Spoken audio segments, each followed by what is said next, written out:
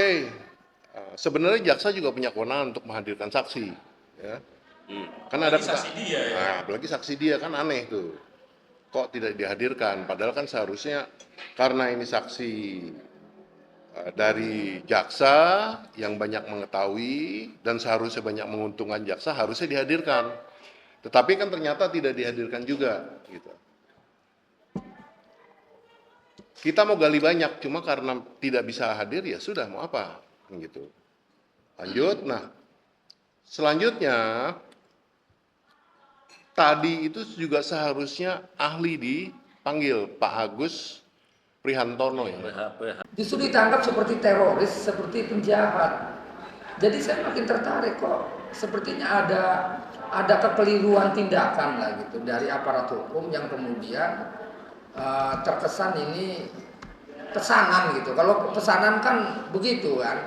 Jadi kalau saya lihat apa yang dialami Charlie Chandra itu meminjam istilah sosiologi ya. Ini seperti fenomena gunung es saja.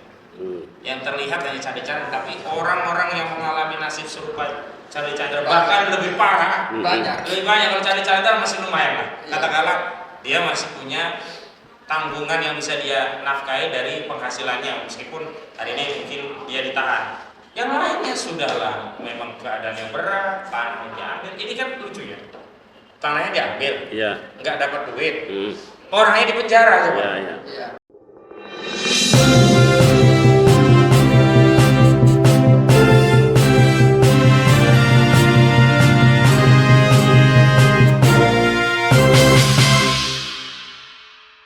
Oke, assalamualaikum warahmatullahi wabarakatuh. Ini alhamdulillah kita habis makan siang ya kita posisi di seberang Pengadilan Negeri Tangerang. Tadi sebelum Jumat kita ada sidang biasa untuk perkara Charlie Chandra dengan agenda tadinya menghadirkan ahli dari jaksa penuntut umum, tapi ternyata ahli tidak hadir dengan alasan ada kegiatan di kampus. Dan kemudian kita lanjutkan dengan penyerahan bukti dari kita dari penasihat hukum. Nah ini kita ngobrol-ngobrol lah, bincang-bincang habis makan ya sambil nunggu kegiatan selanjutnya. Ini saya kenalkan dulu ya, ini ada Pak Fajar Gora, ketua tim kita ya untuk perkaranya Charlie Chandra, senior kita luar biasa. Ini ada Bang Hosinuddin, Ahmad Hosinuddin, sarjana hukum. Saya kira siapa sih yang tidak kenal? Ya ini pengacara top ya. Pokoknya kalau bicara pengacara paling top saat ini di Indonesia adalah Bang Ahmad Hosinuddin. Paling berani karena selain menangani kasus korban PIK juga menangani kasus ijazah palsu Jokowi Dodo. Ya. Nanti kita pengen update-nya nih terkait dengan kasus ijazah palsunya milik Joko Widodo. Kemudian di sini ada, nah ini pendekat kita ini, ya berapa minggu ini kemarin kelihatannya habis jalan-jalan di Pulau Bari ini, ya ini adalah Kang Holid Mikdar, ya assalamualaikum, terima kasih Kang Holid telah memberikan support membersamai untuk setiap kali ada sidang-sidang ya, dan alhamdulillah hari ini kita bisa kumpul dan ini teman-teman semua nih, wah luar biasa dari timnya lawyer, teman-teman pejuang, wah ini sangat luar biasa ya. Nah, kita sekarang bincang-bincang dulu soal perkaranya Charlie Chandra ya. Ke Pak Fajar Gora dulu mungkin Bang. Oke. Gimana nih kira-kira terakhir bagaimana sidangnya nih? Ada gimana puncaknya seperti apa nanti? Oke, terima kasih. Sebelumnya ya dalam perkara Charlie Chandra ini sebenarnya kita agak kecewa ya. Agak kecewa kenapa? Kemarin itu kan waktu persidangan Pak Nono Sampono diperiksa sebagai saksi itu, beliau itu kan banyak kali menjelaskan bahwa dia nggak tahu, yang tahu bagian legal gitu. Selalu dilempar ke bagian legal. Oke, nah kemudian seharusnya kalau bagian legal ini datang, maka kita kan bisa mempertanyakan apa yang tidak bisa dijawab oleh Pak Nono tadi, seperti itu. Ternyata Meti tidak dihadirkan di persidangan dengan alasan dia ada agenda tak apalah, kita nggak tahu ya. Dan itu orang legalnya ya? Legal legal Agung Sedayu. Karena banyak peran dia yang dari fakta-fakta yang terungkap tuh banyak peran dia si Meti ini. Ternyata tidak dihadirkan di dalam persidangan. Nah, itu kecewaan kita pertama. Ya. Oke, sebenarnya jaksa juga punya kewenangan untuk menghadirkan saksi. Ya. Kan ada saksi dia ya. Nah, apalagi saksi dia kan aneh tuh. Kok tidak dihadirkan? Padahal kan seharusnya karena ini saksi dari jaksa yang banyak mengetahui dan seharusnya banyak menguntungkan jaksa, harusnya dihadirkan. Tetapi kan ternyata tidak dihadirkan juga. Gitu. Kita mau gali banyak, cuma karena tidak bisa hadir ya sudah, mau apa? Gitu. Lanjut, nah selanjutnya tadi itu juga seharusnya ahli dipanggil, Pak Agus Prihantono ya. Agus Prihantono, ahli pidana yang dari Untirta itu seharusnya dihadirkan sebagai saksi untuk menjelaskan berita acara pemeriksaan yang telah dilakukan oleh di Polda Banten. Itu juga sebenarnya kita mau gali. Tetapi ahli ini nggak datang. Lagi-lagi kita kecewa lagi. Kenapa? Tidak terkuak ini di persidangan. Memang beliau sudah memberikan pernyataan di bawah sumpah,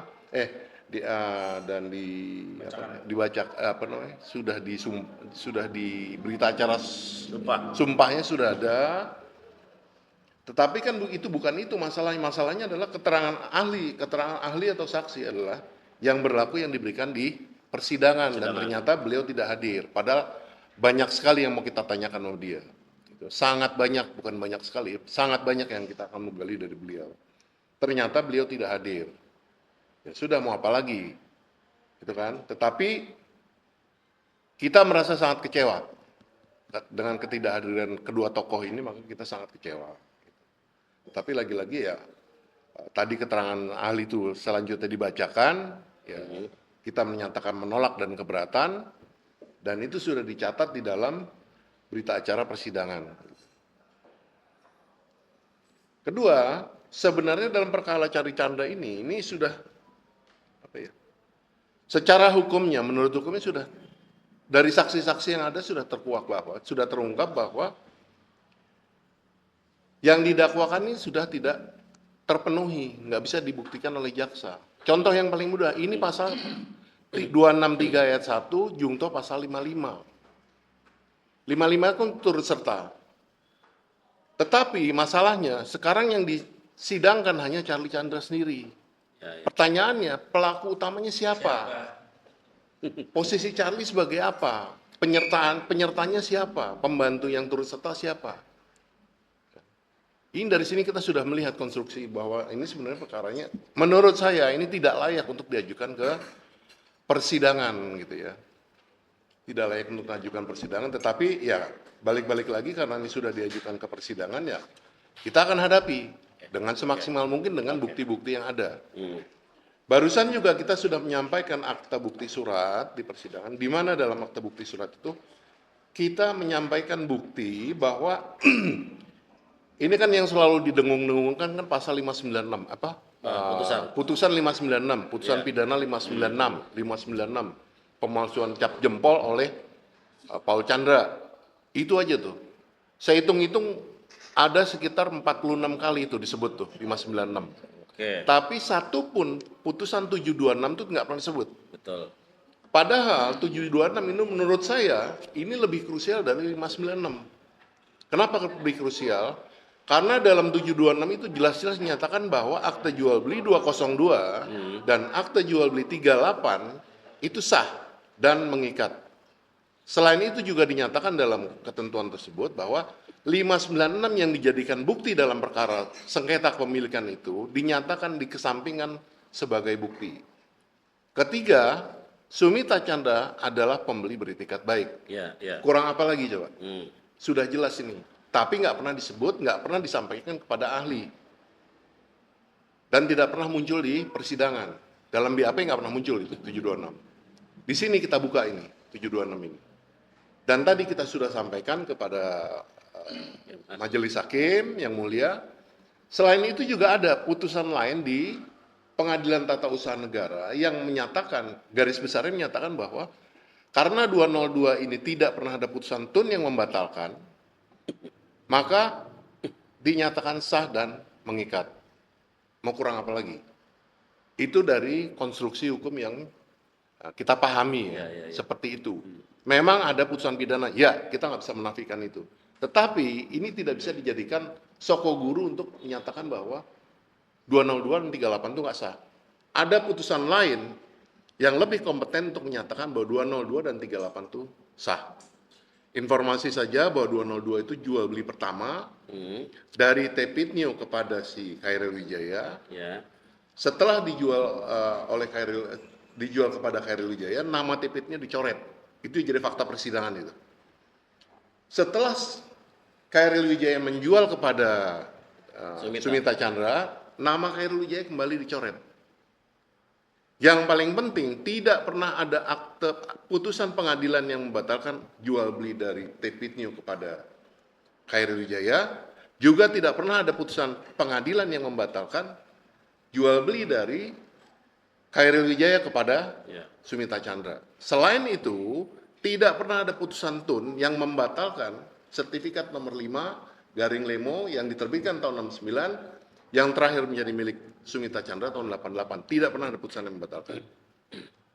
Mau apa lagi coba? Kurang apa lagi nih? Ya. Itu secara teknis hukum yang bisa saya jelaskan mungkin itu. Ya. Ya, mungkin ada rekan-rekan lain yang bisa menambahkan di sini. Silakan Pak Moderator. Ya. Oke ya, jadi ini sebenarnya ini perkaranya sederhana ya, cuman karena ini atensi ya dari sebuah kekuatan besar oligarki PIK 2, maka yang kasusnya sebenarnya kasus pemalsuan tapi dibuat luar biasa gitu. Sudah teroris ya. Jadi seperti kayak model kasus teroris ya. Tiap kali sidang itu ada mobil water cannon, ada anggota polisi di mana-mana, intel juga, termasuk preman-preman gitu ya. Lengkap sudah. Oke, jadi sebelum ke Bang Kosinudin, Kang Khalid dulu Kang. Kang Khalid kan beberapa kali datang ya sidang kan? Ya. Kan rame tuh Kang. Ada polisi, ada intel, ada preman. Yang terakhir saya dikejar-kejar. Cuma yang pada saat dikejar-kejar kayaknya nggak hadir tuh. Coba kalau ada itu, wah udah rame sekali tuh. Gimana? Saya pengen silap berdua saya. Iya. Kita kan bukan ahli silat. Iya, memang jadi pas sih waktu itu nggak datang ya. Gimana Kang Khalid ya, pada perkara Charlie Chandra ini gimana ini? Ya, menurut hemat kami yang jelas kan Pak Charlie Chandra ini kan kalau menurut saya bagian perjuangan gitu, bagian dari kita-kita yang sedang berjuang, yang sedang mempertahankan ruang hidup gitu kan. Kemudian ada kasus Pak Charlie Chandra yang ternyata ya menurut saya ini korban gitu kan, korban kedoliman dari proyek PIK 2. Ya kasusnya dengan Pak Nono Sampono. Nah, karena saya juga setidaknya sebagai petani atau nelayan ya pengen sedikit belajar tentang proses hukum di persidangan kayak apa sih gitu kan. Karena saya mengamati Pak Charlie Chandra ini dari mulai proses cara penangkapannya begitu apa ya? Vulgar. Kalau menurut saya nggak layak gitu kan. Model persoalan yang tadi diceritakan hanya persoalan tanah gitu dianggap dituduh memalsukan dokumen ataupun apa, justru ditangkap seperti teroris, seperti penjahat. Jadi saya makin tertarik kok sepertinya ada kekeliruan tindakan lah gitu dari aparat hukum yang kemudian terkesan ini pesanan gitu. Kalau pesanan kan begitu kan. Jadi sehingga si aparat juga seolah-olah overacting kepada si penyuruh gitu kan. Jadi dibuatlah seolah-olah seperti teroris itu menangkapnya. Nah terus kemudian saya juga melihat prosesnya persidangan ini, kok di persidangan ada banyak preman gitu. Kemudian seolah-olah dengan mimik wajah-wajah preman ini terkesan dibuat supaya orang pihak kita juga takut gitu kan. Sehingga dengan ketakutan itu secara psikologi dia secara tidak langsung ya mengintimidasi dengan gayanya. Sampai kan ada tuh video yang beredar Pak Khotiruddin yang kemudian dituduh teroris segala HTI segala macam. Itu kan saya pikir ya kalau ngomong bangsa Indonesia lebih mengedepankan etika ya nggak etik kalau menurut saya. Nah akhirnya saya terpancing gitu kan. Dengan kejadian-kejadian itu emangnya dia doang yang bisa berbuat seperti itu gitu kan. Untungnya pas waktu kejadian itu saya nggak ada. Kalau ada mungkin terjadilah sifatnya tonjok menonjok, bukan lagi persoalan perang di meja gitu kan, masalah pasal segala macam undang-undang, mungkin pakai tangan udah karena Kelahi itu ya. ya udah kelahi udah itu mah udah ngadu golok ngadu jurus itu mah kan. Nah artinya setelah saya melihat proses persidangan ini sangat telanjang. Telanjang apa? Telanjang ketimpangan hukumnya. Yang sudah diterangkan Bapak tadi kan kurang apa lagi? Udah terang benderang gitu kan. Lah terus kemudian kalau ngomong misalnya yang benar disalahin gitu kan, yang salah dibenerin, ya kita lihat nanti. Inilah yang saya sebut saat ini adalah saat bagaimana para penjahat ini sedang menjungkir balikan kenyataan gitu. Menjungkir balikan fakta. Yang ditindas seolah menindas, malah yang menindas seolah-olah ditindas. Kan bagi pemikiran orang awam seperti saya ini, ya orang petani nelayan kan, ini negara, katanya negara hukum tapi justru proses di persidangan aja seperti ini pesanan semua. Kamu harus begini, kamu harus begitu. Semuanya dipesan gitu. Iya kan kalau begitu prosesnya kan ngeri gitu.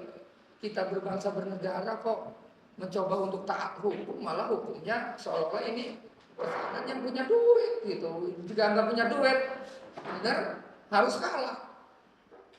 Kalau punya duit, walaupun salah harus benar dan diketok benar. Nah ini yang saya nggak senang sebagai rakyat gitu. Ayo dong belajari rakyat supaya rakyat juga taat hukum gitu kan. Jangan kemudian salah dibenarkan, yang benar disalahkan. Ya itu aja sih pesannya ke publik, tolong bareng-bareng memantau. Kalau bahasa Pak Hajinuddin Mayu bareng-bareng dipelototi, dikawal gitu kan. Biar tahu mana yang hak, mana yang batil. Gitu. Terima kasih, mungkin itu aja. Assalamualaikum warahmatullahi wabarakatuh. Terima kasih hatur nuhun Kang Khalid ya.